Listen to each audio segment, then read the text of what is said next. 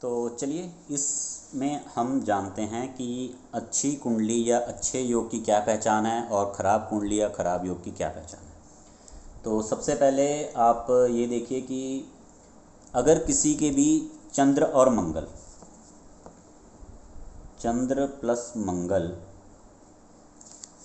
चंद्रमा प्लस मंगल, अगर ये दो किसी के साथ में बैठे हैं, जैसे यहाँ पे एग्जांपल के लिए चंद्र और मंगल आपके साथ में बैठ जाते हैं, ठीक है।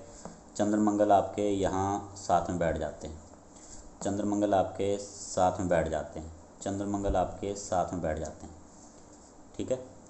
तो कहीं पे भी चंद्र मंगल आपके साथ में बैठ जाएं तो ये आपके लिए एक अच्छा योग होता है। हाँ, इसमें एक पॉइंट और नोट कर लीजिए कि 6, 8 और 12 में आपको नेगेटिव रिज़ल्ट मिलता है 80%। 6, 8, 12 में कोई ग्रह बैठा है, जैसे यहाँ बैठा है, यहाँ बैठा है, यहाँ बैठा है, तो उसका अच्छा रिज़ल्ट इतना नहीं मिल पाता हमें, ठीक है। चंद्र मंगल अगर आपके कहीं पे भी साथ में बैठे हैं या फिर आमने सामने बैठे हैं, ऐसे बैठे हैं, तो ऐसे में ये ग्रह जो है आपको अच्छा रिजल्ट देते हैं, आपको इनकम अच्छी बनाते हैं, क्योंकि चंद्र मंगल का जो योग होता है उसे हम लक्ष्मी योग कहते हैं। सेकंड आ जाता है आपका सूर्य प्लस बुध का, सूर्य प्लस बुध, सूर्य प्लस बुध। अगर सूर्य और बुध साथ में आ जाते हैं, लाइक अगर आपका यहाँ पे सूर्य प्लस बुध आ जाता है, ठीक है, यहाँ पे आपका सूर्य और बुध आ जाता है, आपका यहाँ सूर्य बुध आ जाता है, ठीक है, कहीं पर भी आपका सूर्य बुध आ जाए, लगन में आपका सूर्य बुध आ जाए, तो वो आपका अच्छा योग होता है, क्योंकि सूर्य प्लस बुध जो होता है वो आपका इंटेलिजेंस को इन्हेंस करता है, आप नॉलेज गेन करते हो, और ऐसा आदमी जो है अपने दम पर सर्वाइव करता है और आगे बढ़ता है। तो जिसका सूर्य प्लस बुध योग होता है वो पढ़ाई लिखाई में भी काफ़ी हद तक आगे चले जाएगा, लेकिन बाकी ग्रहों को भी देखना पड़ता है कि हाँ भी वो हायर स्टडी जाएगा या नहीं जाएगा। कुछ लोग आपने देखे होंगे जो पढ़े लिखे नहीं होते लेकिन इंटेलिजेंट होते हैं, तो ये वही योग है, ठीक है। किताबी पढ़ाई मैटर नहीं करती इसमें, क्योंकि इन लोगों के पास अपनी खुद की इंटेलिजेंस होती है जिससे ये पढ़े लिखों को भी मात दे सकते हैं। ओके, नेक्स्ट आता है आपका बुध प्लस शुक्र। अगर आपका बुध के साथ शुक्र है किसी भी भाव में, ठीक है, 6, 8, 12 को छोड़ के किसी भी भाव में आपका बुध प्लस शुक्र है, तो भाव मैंने आपको बताए हैं, भाव के अकॉर्डिंगली वो आपको रिजल्ट देगा। बुध प्लस शुक्र अगर किसी का साथ में है तो ये आपका लक्ष्मी नारायण योग होता है। जैसे मैंने आपका चंद्रमंगल बताया वैसे ही आपका बुध शुक्र भी होता है, ठीक है। बुध शुक्र के जो योग में है बंदा इंटेलिजेंट भी होता है और भौतिक सुखों को प्राप्त भी करता है काफ़ी हद तक, मतलब कि ह्यूज लेवल पे बड़ी बड़ी उपलब्धियां, और काफ़ी हद तक इस योग में आदमी बहुत मोटा पैसा भी कमाता है और खर्चे वाला बहुत ज़्यादा होता है। चंद्रमंगल के योग में तुम इतना ज़्यादा नहीं पैसा कमा पाते, लेकिन तुम्हारा खर्चा भी उतना नहीं होता, मतलब तुम खर्चा कंट्रोल करके चलते हो। लेकिन यहाँ पे तुम पैसा इतना कमाते हो, जितना भी कमाते हो, लेकिन उसके ऊपर तुम्हारा खर्चा इतना होता है कि क्या कहने। सेकंड आ जाते हैं, सेकंड आपको जो मैं योग बता रहा हूँ उसे कहेंगे हम सिंहासन योग। यदि आपके, ये आपका 2 नंबर है, ये आपका 6 नंबर है, ये आपका 8 नंबर है, ये आपका 12 नंबर है, ठीक है। तो ये जो पॉइंट मैंने बताया 6, 8, 12 में यदि आपके ग्रह हो तो नेगेटिव होते हैं, ये अलग चीज़ है, और ये जो बताने जा रहा हूँ ये अलग चीज़ है। अगर आपके राहु केतु को छोड़ के बाकी सारे ग्रह 2, 12, 6 और 8 में बैठे हैं तो इसे हम सिंहासन योग कहते हैं, क्योंकि ये पूरी कुंडली कवर कर लेता है। देखिए, पूरी कुंडली कवर कर लेता है, ऐसे पूरा एक टेबल की तरह या फिर एक चेयर की तरह, जिससे इन ग्रहों का इस कुंडली के ऊपर पूरा आधिपत्य हो जाता है। तो ये योग यदि आपके किसी के चार्ट में है तो वो आदमी राजा की ज़िंदगी जिएगा, वो आदमी ज़्यादा किसी के कंट्रोल में नहीं रहेगा, और जो चीज़ भी अपनी लाइफ में चाहता है वो धीरे धीरे किसी ना किसी बाय हैक हुक एंड कुक किसी ना किसी कोई ना कोई तकड़म लगा के वो उस चीज़ को हासिल कर ही लेगा, ठीक है। नेक्स्ट हम आते हैं चंद्रमा के साथ यदि आपका गुरु है, ठीक है, चंद्रमा के साथ यदि आपका गुरु है तो इसे गज केसरी योग कहते हैं। चंद्रमा गुरु यहाँ बैठा हो, यहाँ बैठा हो, यहाँ बैठा हो, यहाँ बैठा हो, लग्न में बैठा हो, यहाँ बैठा हो, कहीं भी बैठा हो, चंद्रमा के साथ गुरु हो, आमने सामने बैठे हो, दृष्टि पड़ रही हो, तो गज केसरी योग में आपको बहुत अच्छा प्रॉफिट रहता है। ठीक है, आप एस्ट्रोलॉजी फील्ड में जाते हो तो बहुत आगे बढ़ते हो, बिज़नेस में जाते हो बहुत आगे बढ़ते हो, किसी भी तरह का प्रोफेशन चुनते हो तो आपको घाटा नहीं होता जल्दी। आपको चंद्रमा प्लस गुरु गज केसरी योग में हमेशा मुनाफा ही रहता है। ठीक है, बस टाइम आने की देरी होती है, क्योंकि जब टाइम आता है और उसके बाद ये जो ग्रह योग बनते हैं ये आपको ऊंचाइयों पे ले जाते हैं। सेकंड आपका आता है रोचक योग। यदि और ये आपका कैसे बनता है, इसके लिए ये आपका बनता है मंगल की वजह से। अब मंगल की बात करते हैं।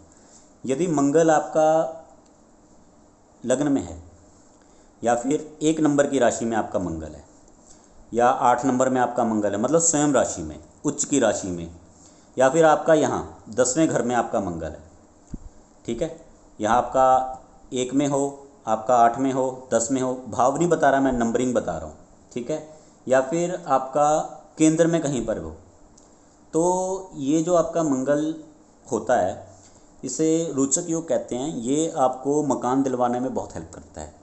जिस जातक का मंगल सेंटर में होगा, अच्छे भाव में होगा, उच्च का होगा, या फिर 1, 8, 10 में होगा, केंद्र में होगा, तो वो आदमी अपने जीवन में कभी ना कभी अपना खुद का मकान ज़रूर बनाएगा।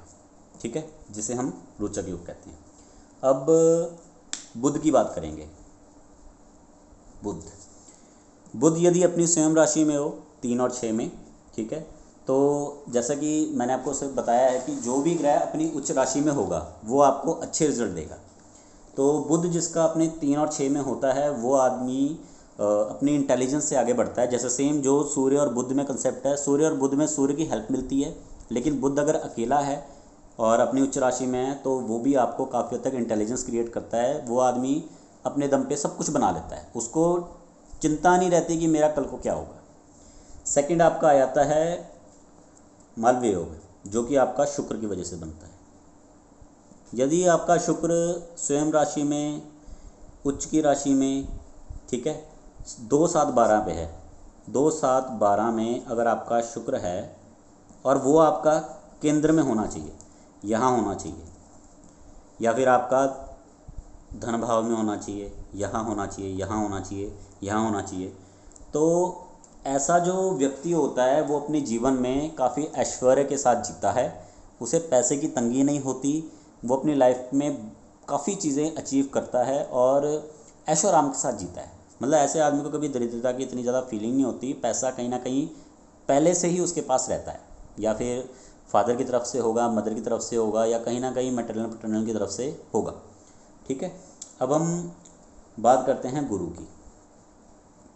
गुरु यदि अपनी स्वयं राशि में है 9 और 12 में, ठीक है, या फिर गुरु है 4 नंबर की राशि यानी कि चंद्रमा के साथ और है आपके केंद्र में, या यहाँ यहाँ यहाँ यहाँ, तो इसे हम हंसराज योग कहते हैं। ये जो योग होता है इसमें भी आदमी काफ़ी स्पिरिचुअल भी बन जाता है और उसे दरिद्रता की इतनी ज़्यादा कभी देखनी नहीं पड़ती। पैसा उसके पास रहता है और वो धार्मिकता के साथ साथ एस्ट्रोलॉजी के प्रोफेशन को कुछ हद तक बिज़नेस को अपनाता है। और इस तरह का जो गुरु जिसका होता है वो अपने जीवन में, आप ये मान लीजिए कि कभी उसको कोई दिक्कत परेशानी नहीं होती और कुंडली ज़्यादा दिखाने की ज़रूरत नहीं पड़ती। लास्ट में शनि के बारे में बात करेंगे। तो जिनका शनि उच्च का हो, जैसे मैंने पिछले चार्ट में बताया था, या फिर आप में 10 या 11 नंबर की राशि में बैठा हो, केंद्र में हो, ठीक है, तो उनको शनि बहुत अच्छा सुख देता है, उसे हम शश योग कहते हैं। और वो जो शनि होता है काफ़ी हद तक आपका कहीं ना कहीं आपका काम का सेट करने में आपकी हेल्प करता है। वही शनि अगर बाय चांस आपके यहाँ इस एरिया को देख रहा हो तो कई बार आपको मकान बनाने में भी हेल्प कर देता है। और जितने मैंने इसमें आपको अभी योग बताए हैं ये कहीं ना कहीं आपने साथ में दृष्टियाँ भी देखनी है कि इनकी दृष्टियाँ कहाँ पड़ रही हैं, उसके अकॉर्डिंगली आपको इनके और अच्छे रिजल्ट मिलते जाते हैं भाव टू भाव अकॉर्डिंग।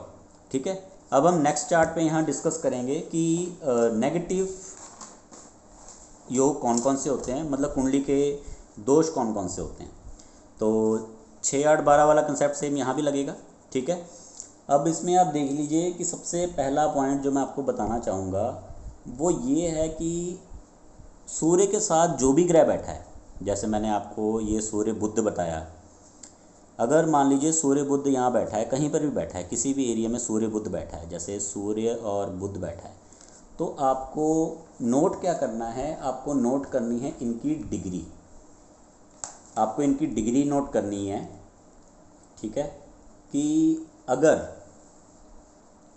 अगर दोनों ग्रहों के बीच में डिग्री का जो माइनस है, मतलब कि एग्जांपल के लिए सूर्य आपका है 20 डिग्री, सूर्य आपका 20 डिग्री है मान के चलिए, और बुध आपका है 16 डिग्री, तो ये आपके काफ़ी नियर आ गया ना, तो इसमें बुध जो है वो अस्त हो जाएगा, तो बुध आपको रिजल्ट नहीं देगा। वहीं अगर मान के चलिए सूर्य 20 है लेकिन बुध जो है वो 6 डिग्री है, तो 20 - 6 ये आपका 14 आ गया, तो यहाँ पे ये आपको रिज़ल्ट देगा, ठीक है। तो डिग्री से काफ़ी, मतलब सूर्य अगर किसी के भी नियर आता है, अगर ये आपका 14 आ रहा है, अगर ये आपका 12 से कम आए, 12, 11, 10, मतलब समझ लीजिए जितना आपका ज़्यादा आ रहा है उतना उसका असर कम होता जा रहा है। अगर ये आपका, जैसे एग्जांपल के लिए सूर्य आपका 20 है और बुध आपका 18 है, माइनस पे 2 बचा, तो यहाँ पे बुध बिल्कुल ही अस्त हो गया, तो बुध आपको रिजल्ट नहीं देगा, ठीक है। सेकंड आप नोट कीजिए कि यदि लग्न, जो ये लग्न होता है, अगर लग्न आपका नीच राशि में बैठा है तो ये आपका केमद्रुम योग होता है, तो ऐसा आदमी शारीरिक तौर पे काफ़ी कष्ट फील करता है ज़िंदगी भर, तो यहाँ पे आपको इस लगन के रिलेटेड आपको दान करना चाहिए। सेकंड आपका जो मैंने आपको ये पॉइंट बताया, इसे आप साथ में इसको अमावस्या योग भी कहते हैं, ठीक है। क्योंकि इसमें क्या होता है कि सूर्य जो है इसको ढक देता है, मतलब सूर्य जो है इसका प्रभुत्व सारा खा जाता है, तो जिससे इसके ऊपर काली छाया पड़ जाती है कि ये इतना ज़्यादा पावर नहीं रहता इसमें। तो सेकंड एक और चीज़ नोट कीजिए। अब मैं आपको बताने जा रहा हूँ पापकत्री योग, कि पापकत्री योग क्या होता है। मान लीजिए कि ये आपका लग्न है और लग्न में आपका यहाँ पे लग्न आपका 5 नंबर का है और यहाँ पे आपका सूर्य बैठा है, ठीक है। तो अगर आपके लग्न के आगे और पीछे अगर आपके पापी ग्रह हैं, लाइक यहाँ पे आपका शनि आ गया, यहाँ पे आपका राहु आ गया, ठीक है, राहु केतु शनि आपके अगर आ जाते हैं तो वो आपके पापी ग्रह होते हैं, जिससे आपका पापकत्री योग क्रिएट होता है। इसके अलावा अगर इनकेस मान के चलिए कि यहाँ आपका 5 नंबर लिखा है लेकिन सूर्य यहाँ नहीं है, सूर्य यहाँ की जगह यहाँ पे है, और सेम पापी ग्रह आपके यहाँ और यहाँ आ जाते हैं, जिससे ये जो ग्रह होता है, अब पापी ग्रह अगर यहाँ आ जाए, यहाँ आ गए, तो इससे इनको पावर नहीं मिल पाती, ये बेचारा घिर जाता है, जिससे जो आपका लगन होता है वो आपको पावर नहीं दे पाता और कुंडली के पर्सन को अच्छे रिजल्ट नहीं दे पाता लाइफ में।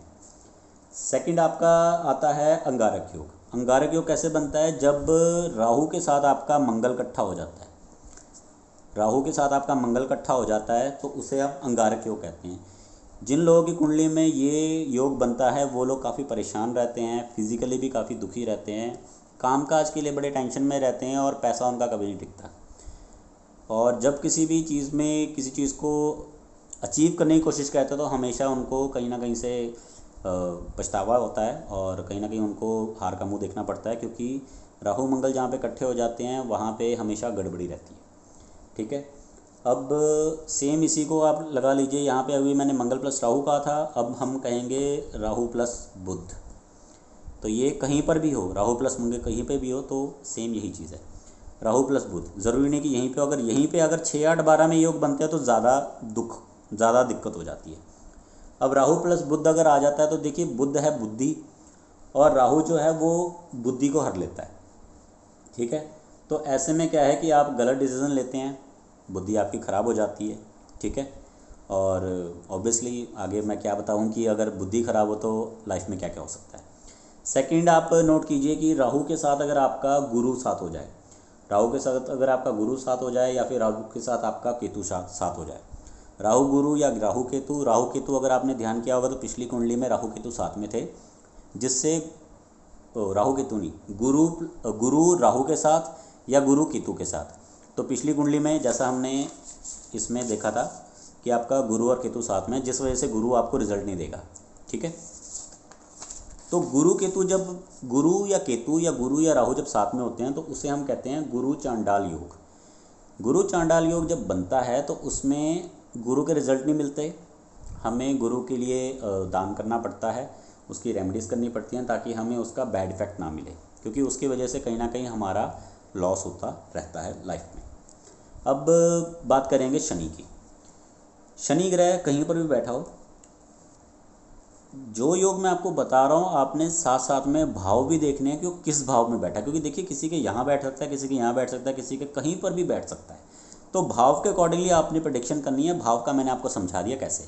अब शनि प्लस चंद्रमा की बात करते हैं। शनि प्लस चंद्रमा अगर बैठा हो, शनि प्लस चंद्रमा जिनके बैठा होता है उसको एक तरह से बोलते हैं विष योग। शनि प्लस चंद्रमा में क्या होता है, ऐसा आदमी हमेशा टेंशन में रहता है, स्किन डिजीज़ को रहते हैं, बाद में लाइफ में आगे जाके इसको कहीं ना कहीं चेस्ट के रिलेटेड, फेफड़ों के रिलेटेड इश्यूज़ आ जाते हैं, और कहीं ना कहीं ये बेचारा दान दक्षिणा से थोड़ा परे रहता है। बाद में जब ये कहीं पे कंसल्ट कराता है उसके बाद इसको पता लगता है कि दान दक्षिणा किए बगैर मेरा काम बनने नहीं वाला। स्टार्टिंग में नास्तिक और बाद में आस्तिक बन जाता है जो आदमी शनि चंद्रमा से पीड़ित रहता है। सेम वही आपका, अगर आपका सूर्य के साथ अगर आपका राहु आ जाता है, ठीक है ना, जैसे मैंने आपका इसमें भी बताया सूर्य बुध में, तो सूर्य अगर राहु आ जाता है तो ये आपका ग्रहण योग होता है, जिसमें क्या होता है कि राहु के ऊपर सूर्य आ जाता है, वो सूर्य ग्रहण हो गया। सूर्य राहु आ जाए, सूर्य केतु आ जाए तो ये भी कुंडली में अच्छा नहीं माना जाता। सेम अगर सूर्य के साथ जैसे राहु है वैसे ही आपका चंद्रमा के साथ भी है। चंद्रमा के साथ भी अगर आपका राहु आ जाता है, चंद्रमा के साथ अगर आपका केतु आ जाता है तो ये भी अच्छा नहीं माना जाता है।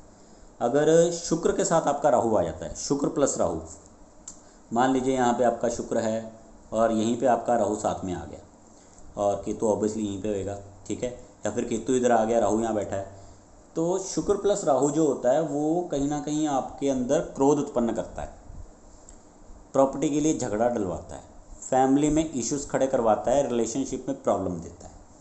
शुक्र प्लस राहु जिनके साथ भी होता है वहाँ कहीं ना कहीं एक टाइम के बाद झगड़े होना स्वाभाविक है, चाहे परिवार में चाहे सोशल लाइफ में, ठीक है।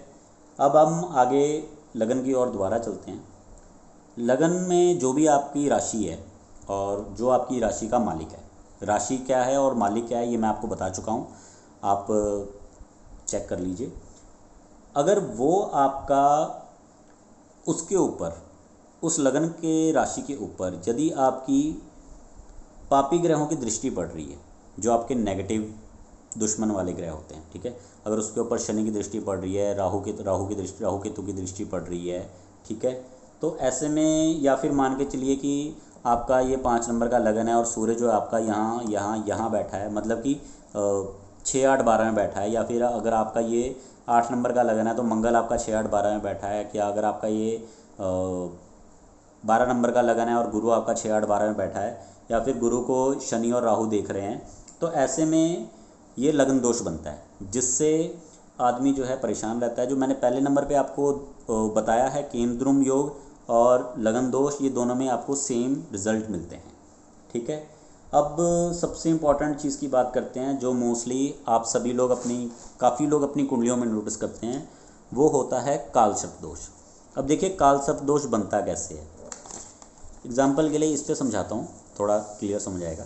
एग्जाम्पल के लिए यहाँ पे आपका राहु है और यहाँ पे आपका केतु है, और बाकी सारे प्लेनेट आपके या तो यहाँ बैठे हैं और ये आपका खाली है, या आपके यहाँ बैठे हैं और ये आपका खाली है, तो आपका कालसर्प दोष बनता है। शॉर्ट में इजी लैंग्वेज में समझाऊं तो यदि राहु केतु के बीच में सारे ग्रह आ जाएं तो आपका कालसर्प दोष बनता है। जिस आदमी की कुंडली में कालसर्प दोष बनता है उस आदमी के हमेशा काम रुक रुक के बनते हैं, बनेंगे तब अगर आपकी कुंडली में बाकी ग्रह अच्छे होंगे, और परेशानियां आपको हमेशा रहेंगी। क्यों? क्योंकि कालसर्प दोष जो है वो आपको कुंडली के पूरे रिजल्ट नहीं लेने देता, क्योंकि देखिए आधी जगह आपकी खाली हो जाती है जिस वजह से आपको पूरा रिजल्ट नहीं मिल पाता। सेकंड आपका ये होता है कि अगर जो आपकी इसमें अगर बाय चांस ये मान के चलिए कि सबसे ज़्यादा इफ़ेक्ट ये तब करता है अगर ये आप कुंडली को हाफ मान लीजिए ये आपने सेंटर में से इसको हाफ कर दिया, ठीक है। तो जिस इंसान की भी कुंडली में, देखिए ये हमने हाफ कर ली, मोस्टली अगर मान के चलिए कि आपका इधर वाला हिस्सा खाली है, ठीक है, अगर आपका इधर वाला हिस्सा खाली है और सारे प्लैनेट आपके इधर है, तो देखिए इधर वाले हिस्से से यहाँ से आपको कामकाज मिलना है, यहाँ से आपको पैसा मिलना है, यहाँ से आपको भाग्य मिलना है, तो ये 3 मेजर पॉइंट आपके माइनस हो जाते हैं। यहाँ से आपको सुख मिलना है, ठीक है, मैरिज का, यहाँ से आपको लगन का नींद सुख मिलना है, शारीरिक का, जीवन भर का। तो जिनका ये पार्ट खाली होता है कहीं ना कहीं, उनको कालसर्प दोष का ज़्यादा इफेक्ट होता है, ठीक है। आप मोटा मोटा इसको इस तरह से मान सकते हैं। बाकी सूर्य राहु का मैंने आपको बता दिया है, सूर्य राहु का कैसे है, और इनके साथ साथ में सूर्य राहु का आपको ग्रहण का बता दिया है। और सूर्य राहु का जब आपका जैसे सूर्य राहु इकट्ठा है या फिर इनकी दृष्टियाँ भी पड़ रही हैं, तो वो आपका ग्रहण योग भी होता है, साथ साथ में उससे हम श्रापित योग भी कहते हैं। तो ये मेरी एक छोटी सी जानकारी थी, जिसके साथ मैं आपको ये बताना चाहता था कि अच्छी कुंडलियों की निशानियाँ क्या हैं, कि कैसे आप देख के बता सकते हैं कि हाँ इस कुंडली में क्या अच्छा है, ये आदमी अच्छा है नहीं है, लाइफ में कुछ कर पाएगा नहीं कर पाएगा या क्या है। और बुरी कुंडलियों की मैंने आपको बता दी कैसे है क्या है, ठीक है। और अगर तो मेन इंपॉर्टेंट, सबसे इम्पोर्टेंट आपका लगन होता है, लगन सही है तो सब कुछ सही है। लगन ही अगर आपका परेशान है तो फिर मान लीजिए आप, मतलब लगन आपकी बैकबोन है, बैकबोन अगर परेशान है तो चाहे कुछ भी हो जाए कुछ नहीं, ठीक है। लगन आपका इम्पॉर्टेंट है। देखिए पैसा जितना मर्जी हो, पैसा आपके पास भरपूर है, लेकिन अगर आपका शरीर ही स्वस्थ नहीं है तो पैसे का क्या करोगे। क्यों कहते हैं हम कि सबसे पहले शरीर है, सबसे अमूल्य धन हमारा शरीर है। हेल्थ इज़ वेल्थ इसीलिए कहा जाता है कि लगन सबसे इम्पॉर्टेंट है। लगन अगर सुरक्षित है, मजबूत है, तो सब कुछ जीवन में अच्छा है। और ये छोटा सा एक मैं जानकारी देना चाहता था अच्छी और बुरी कुंडलियों के बारे में, ठीक है। बाकी हम डिस्कस करते हैं आगे कि आपके इसके रिलेटेड क्या क्या क्वेश्चंस हैं।